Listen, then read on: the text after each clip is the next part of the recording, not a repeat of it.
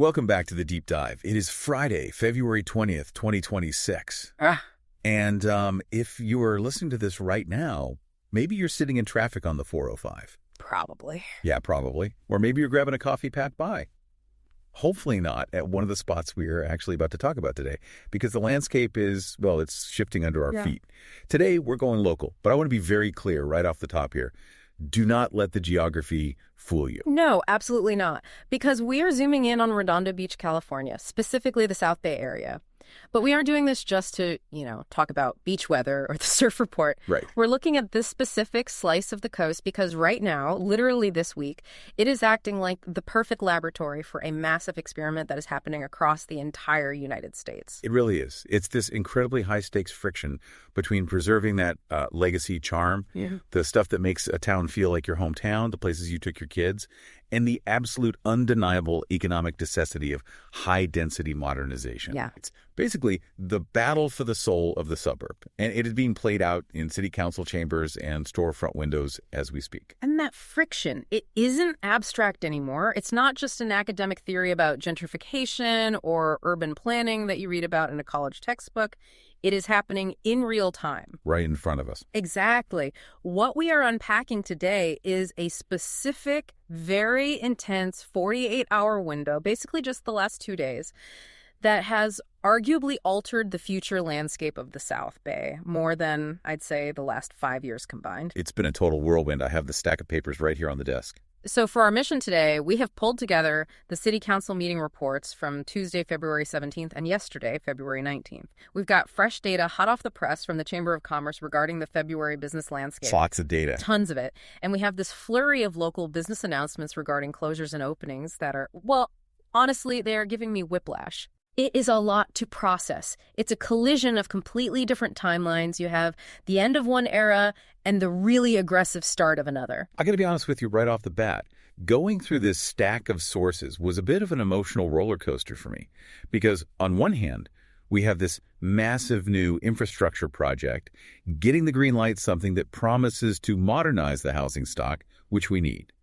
And on the other hand, we're losing Ragin Cajun. I had a feeling that was going to be the sticking point for you. Of course it is. I mean, it's an institution. Yeah. But look, that is the tension, isn't it? That is the core conflict we are diving into for you today.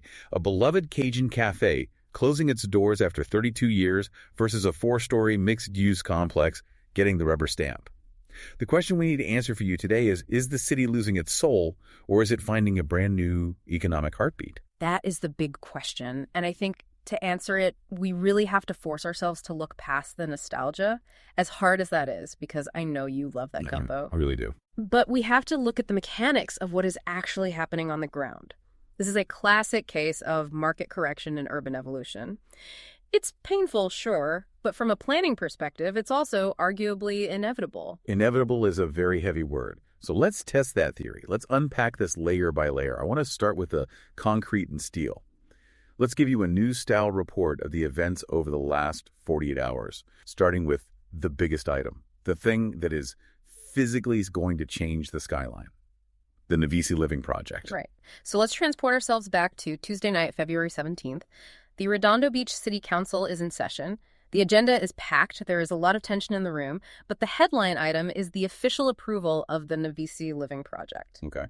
Geographically, for anyone trying to visualize this, we are talking about the intersection of Pacific Coast Highway, PCH, and Pearl Street. PCH and Pearl. Okay, so that is an incredibly high visibility spot. If you drive through Redondo, you know that intersection. It's central. It's right there in the thick of it. Extremely central. And the structure itself is going to be significant. We aren't talking about a quick renovation of an existing shop. We're talking about a 4-story, mixed-use building. Now, whenever you hear the phrase mixed use in 2026, you should immediately have a mental image pop up. Residential apartments on the top floors, retail shops on the bottom. The classic live work play combo. Yeah. It seems like the model every single city is chasing right now. Exactly. But here is where it gets fascinating from a policy standpoint, and this is why we're doing a deep dive on it. This isn't just a developer buying a plot of land and building whatever they feel like. This is a textbook exercise of a state-mandated density bonus. Okay, pause right there. State-mandated density bonus. Right. That sounds like the kind of jargon that makes people tune out at city council meetings. Oh, absolutely. But it's actually the most important lever being pulled here. What does that actually mean for the person driving past PCH who sees this four-story building going up? So normally, a city like Redondo Beach has very strict zoning laws. They have height limits, they have density limits. The whole point of those local laws is to keep that beach town profile. Low skylines, plenty of sunlight, lots of space. Right, you want to see the sky. Exactly. But as we all know, the state of California has been in a severe housing crisis for decades. So Sacramento passed overriding laws to combat that at the municipal level.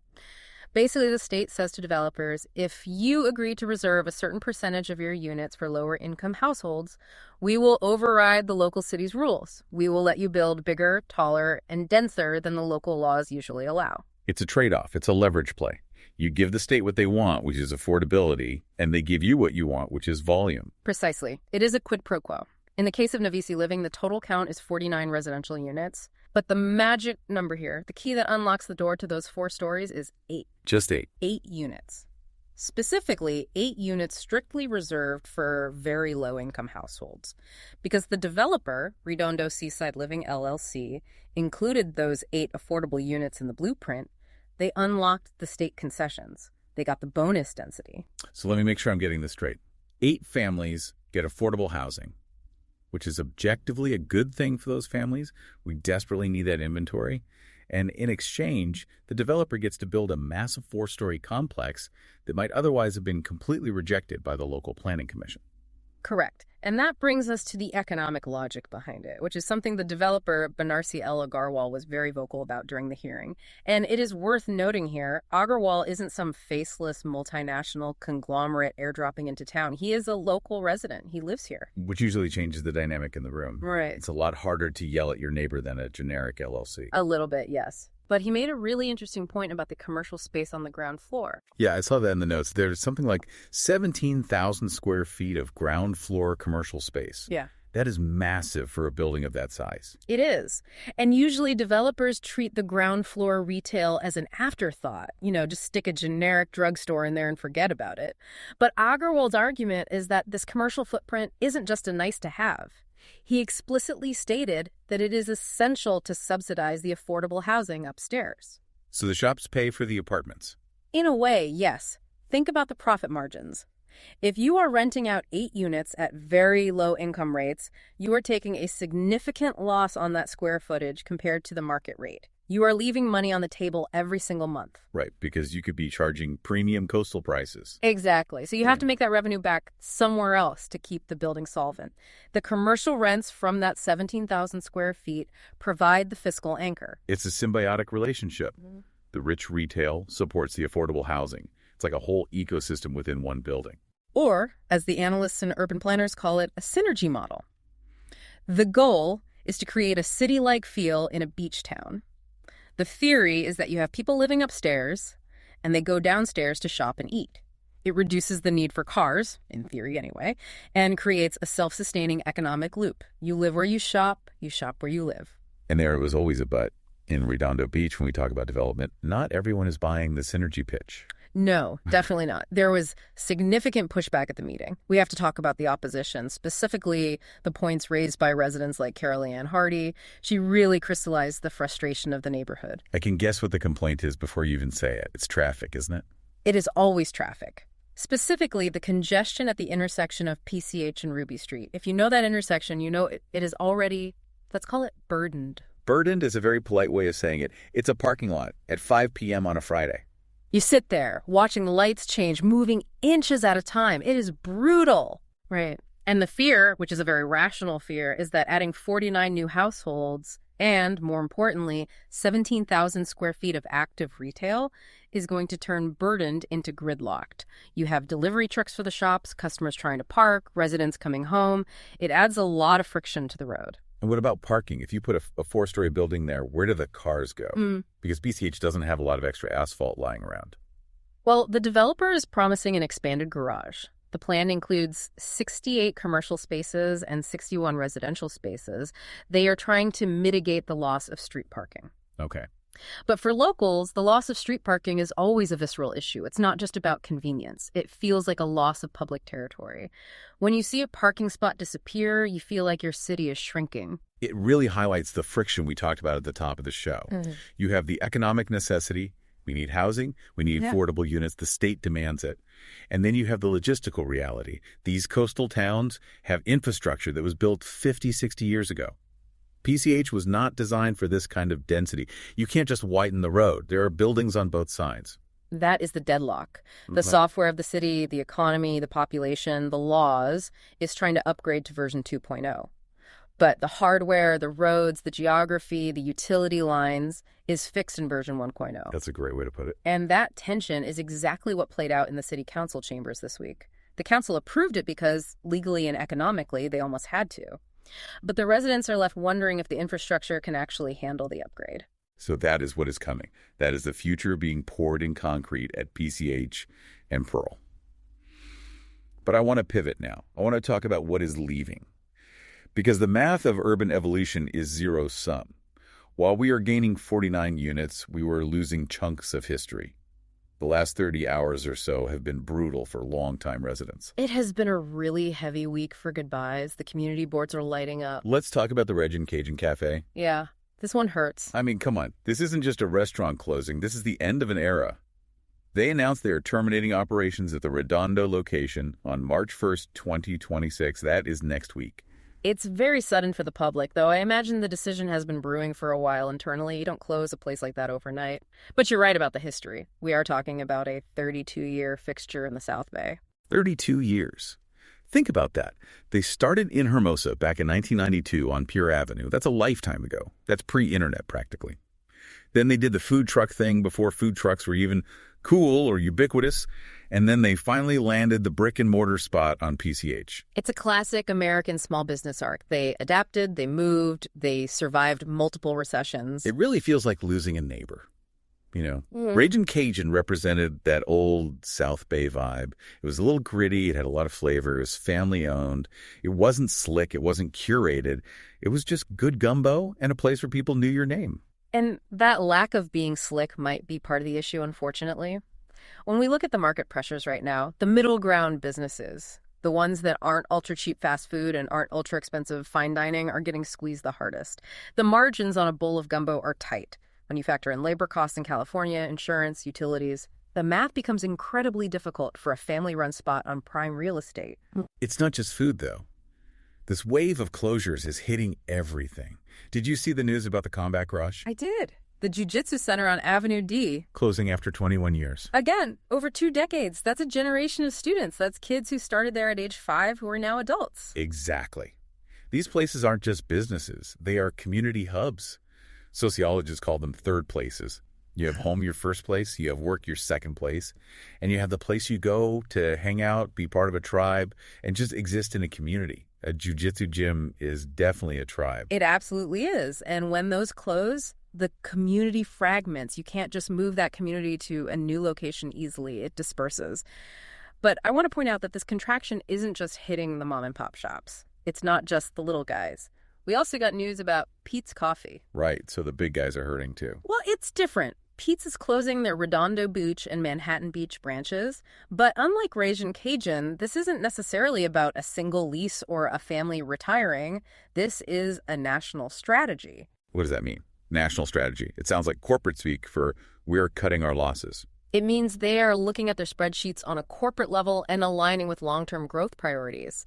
Often in 2026, that means cutting physical footprints that have high overhead and focusing on drive-thrusts, mobile ordering pickups, or just regions with lower rent entirely. So high overhead plus changing consumer patterns equals close the cafe. Exactly. The market is becoming inhospitable to physical footprints unless they are incredibly efficient or incredibly high margin. Think about a coffee shop. If people are just buying a latte and sitting there for 4 hours on their laptop using the Wi-Fi, that is bad business in a high-rent district. Right. The third place model is expensive to maintain, If you are just a nice place to sit, the rent in a coastal city like Redondo is becoming impossible to justify. It feels like a reassessment of what physical space is even for. If you aren't turning tables over every 45 minutes or if you aren't selling high-ticket items, you can't exist on PCH anymore. That is the perfect transition, because you hit the nail on the head. If the old guard is leaving, if the Cajun cafe and the neighborhood gym and the coffee shop are closing, who is moving in? Because the storefronts aren't staying empty, the for-lease signs don't stay up forever? No, they aren't. Yeah. And this is where the whiplash comes in. We looked at the Chamber of Commerce report for February 2026, and the pivot is stark. It's not just a change in tenant, it's a change in species. Stark is the right word. We are seeing a massive move away from general merchandise, just selling stuff, toward experience-based consumerism and boutique wellness. Let's run down the list of new openings because the names alone tell you everything you need to know about who the new target demographic is. Go for it. First up, Keys Keep in Shape at 1922 South PCH, strength-focused group training.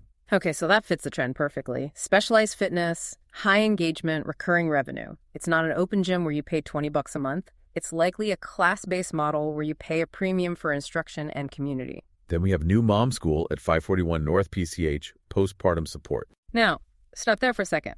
That is highly specialized. That is a service-based business targeting a very specific life phase. It's not a gym for everyone. It's support for new mothers. It sounds necessary, but also very niche. It is necessary, but think about the economics. That speaks to a demographic that has disposable income and values specialized care over general solutions. In the past, that support might have come from family living nearby or a general community center. Now, it is a privatized high-end service. It tells you that the people moving into those new luxury apartments probably don't have grandma living down the street, but they do have the money to pay for a school to help them adjust. That's a really fascinating insight. It's the monetization of the village. Okay, here's one that threw me for a loop. Me and my boo-boo on Hawthorne Boulevard. Ah, yes. The plushie store. It says here collectible plush and PCG. PCG is trading card games. So in the middle of this high-rent district, we have a store just for plushies and cards. Do not underestimate the kidult market. Kidult. Adults who buy toys and collectibles. It is a massive, booming market globally. We are talking about high engagement, high price points for rare items. So this isn't a toy store for toddlers? Not primarily. In a world where you can buy toilet paper and toothpaste on Amazon, you don't need a general store on Hawthorne Boulevard. You don't need a Radio Shack. But you do want a physical place to trade cards, verify collectibles, and meet other collectors. It fits the experience economy perfectly. You go there to hunt, to trade, to show off. It's a destination. Fascinating. So retail isn't dead, it's just becoming fanatical. Okay, next on the list, Blissful Method LLC, home and business styling and cleaning. Again, notice the branding. Blissful Method. It's not Redondo cleaning service, it's styling. It's about curation. It's high-end service for people who want their homes to look like the pictures on Pinterest. And Durham FX on South Elena Avenue. Medical aesthetic services, Botox, lasers, the works. The med spa boom. This is one of the fastest growing retail sectors in the country. It's self-improvement, it's anti-aging, and it has incredibly high margins. It appeals to an aging, affluent population that wants to look good. And finally, Atmosphere in Manhattan Beach. Residential energy and EV charging solutions. This is the infrastructure piece. If you are buying a $2 million house or renting in a luxury complex like Navisi, you probably have a Tesla or a Rivian. You need a high-speed charger. Atmosphere isn't selling cars. They are selling the upgrade to your home to handle the car. So if you look at this list as a whole, from new mom school to Botox to EV chargers to specialized plushies, what is the picture it paints of the resident? It paints a picture of a population that is affluent, focused on self-improvement, and investing heavily in their home infrastructure. These businesses aren't about buying stuff. They're about improving the self and improving the home. It's a hierarchy of needs, but shifted up a few tax brackets. Precisely. The South Bay has always been nice, but this influx of businesses suggests a further gentrification. The services are catering to people who need high-end home chargers and postpartum support classes. It's a very different economic ecosystem than a Cajun restaurant and a walk-in karate dojo. The dojo was about grit. The med spa is about polish. So we have the new high-density housing coming in with Navisi. We have the new high-end wellness shops filling the vacancies. But there's one more category that popped up in the last 48 hours that I think is really interesting. It's almost like a counter trend, or maybe a survival tactic. You're talking about the retro retail. Yes. the Pier resurgence. Because amidst all this futuristic medical aesthetics and EV infrastructure talk, we got confirmation on February 20th today that Hot Dog on a Stick is reopening. The return of the corn dog. It closed in late 2024, and people were genuinely sad about it. It's silly, right? It's just corn dogs and lemonade. But now it's coming back. This is a strategic move. The Pier is a specific microeconomy within Redondo Beach. It relies on tourism and nostalgia. You can't put a medical aesthetic clinic on the pier.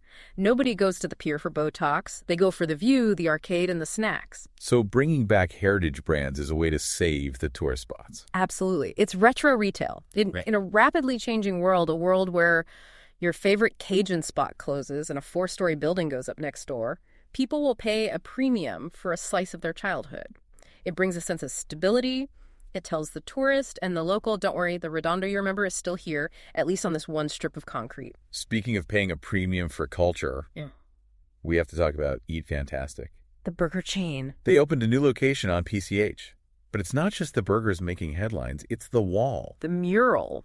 Shohei Ohtani and Mookie Betts. Huge. It's a massive, beautiful mural of the Dodgers stars. And apparently it's working. This is a brilliant example of leveraging sports culture to drive foot traffic. Think about it. Digital advertising is expensive.